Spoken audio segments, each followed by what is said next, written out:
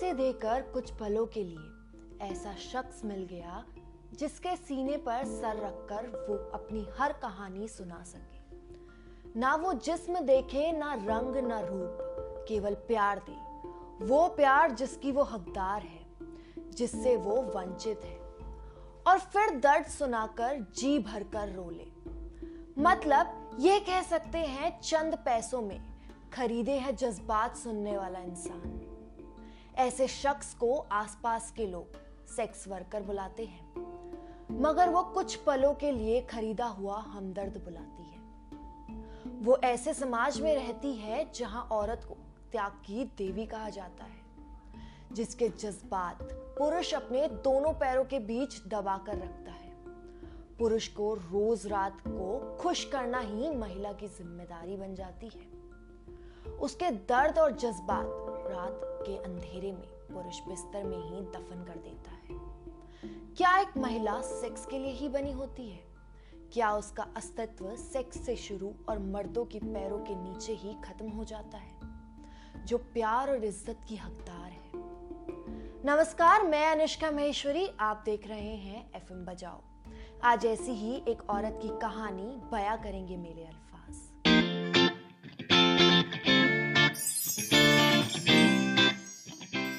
मैं शादी के अटूट बंधन में बंधने जा रहा हूँ।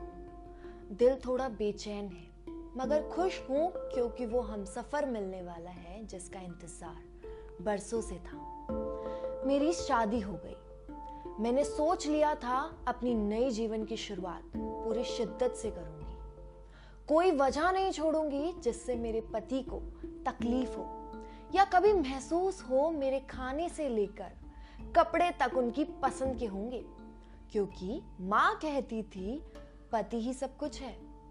उसकी खुशी में खुश होना, उसके दर्द में रोना, उसके हिसाब से रहना, कभी मोल भाव मत करना, औरत हो औरत की तरह रहना। ये माँ की बात गांठ बांध कर रख ली थी। मैं सब करती रही और मेरी कोई पहचान नहीं रही। अब मेरे पति के हिसाब से जीने लगी थी। मेरी पसंद नापसंद कुछ नहीं थी।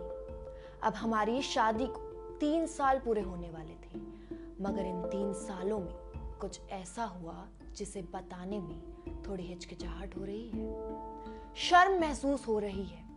कैसे कहूं, कहां से शुरू करूं, कुछ समझ में नहीं आ रहा। बताते वक्त मेरी जुबान लड़खड़ा रही है। मेरी रूह डर से कांप रही है, क्योंकि माँ ने इसके बारे में कभी जिक्र ही नहीं किया था। बस कहा था कि जो भी हो, जैसे भी हो, समझौता कर लेना, लड़की हो लड़की बनकर रहना।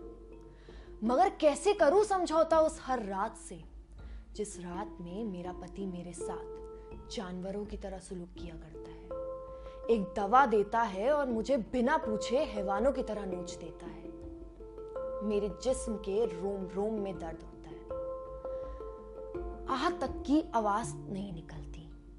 ये एक रात की नहीं, रोज रात की बात है। दर्द से आंसू तक नहीं निकलता, मगर कभी कभी खून जरूर निकलता है। दर्द से बिखरी पड़ी होती हूँ, बेबस, लाचार, और औरत क्यों हूं करके अपनी किस्मत को बार बार कोसती हूँ। अब मैं कमजोर होने लगी थी।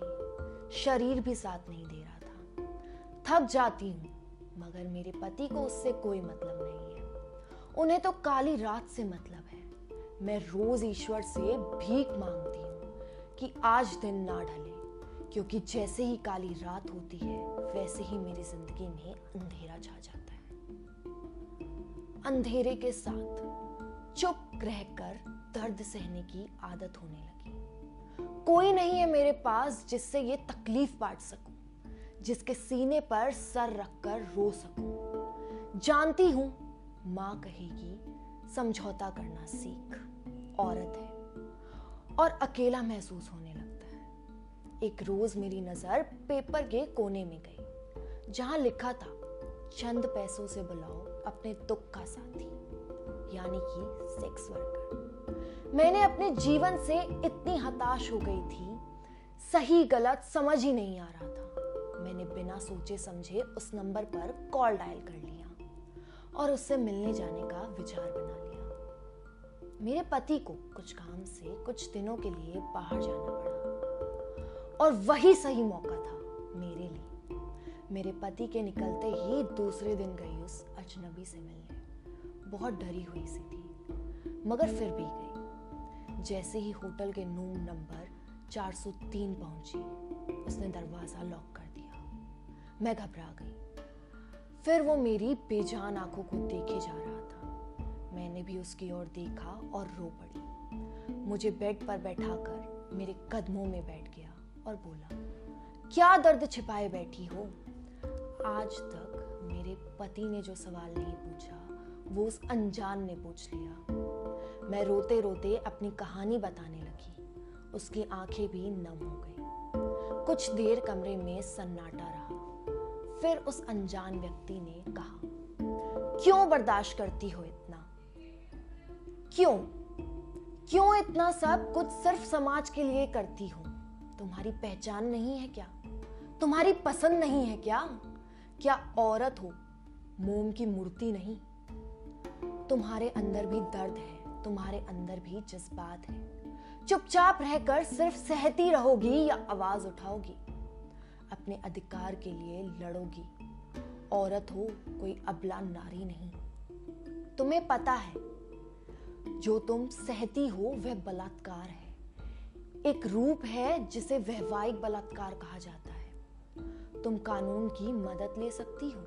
तुम्हारी छोटी सी हिम्मत पूरे समाज की औरतों की सोच बदल सकती है। उनके साथ हो रहे अत्याचार के खिलाफ आवाज उठाने की हिम्मत देगा। उन सबके अधिकार के लिए लड़ो। ये जो कहा था उसने, इससे मुझे यह समझ आ गया कि अब आ चुका है वक्त अत्याचार के खिलाफ आवाज उठाने का। इतना आसान नहीं था क्योंकि पूरी जिंदगी डर में ही निकली है मेरी। पर अब और सहन करा तो मेरी बची कुची जिंदगी नर्क बन जाएगी। उस अनजान इंसान ने बंद कमरे में मुझे हाथ तक नहीं लगाया, बस एक उम्मीद दे गया जीवन जीने के लिए। मैंने दूसरे दिन ही माँ की सारी बातों को भुलाकर बड़े हिम्मत से पुलिस के पास गई और कोर्ट में तलाक की मांग की और कुछ महीनों बाद केस जीत भी गई। तलाक हो गया। अब जिंदगी सिर्फ काट नहीं रही, खुशी से जी रही हूं। उन बुरी यादों को मिटा तो नहीं सकती मगर नई यादें बना तो सकती हूँ। मैं भी इंसान हूँ, मैं एक महिला हूँ और अपने जीवन को जीने के लिए किसी भी पुरुष की पाबंद नहीं हूँ। मैं हूँ, मेरी पहचान मुझसे है। मैं खुशियों की हकदार हूँ और खुश हूँ। मैं उम्मीद करती हूँ आपको ये कहानी पसंद आई होगी। ऐसी ही और कहानियों के लिए देखते रहें FM बचाओ। मैं अनिष्का महेश्वरी आपसे अब विदा चाहती हूँ।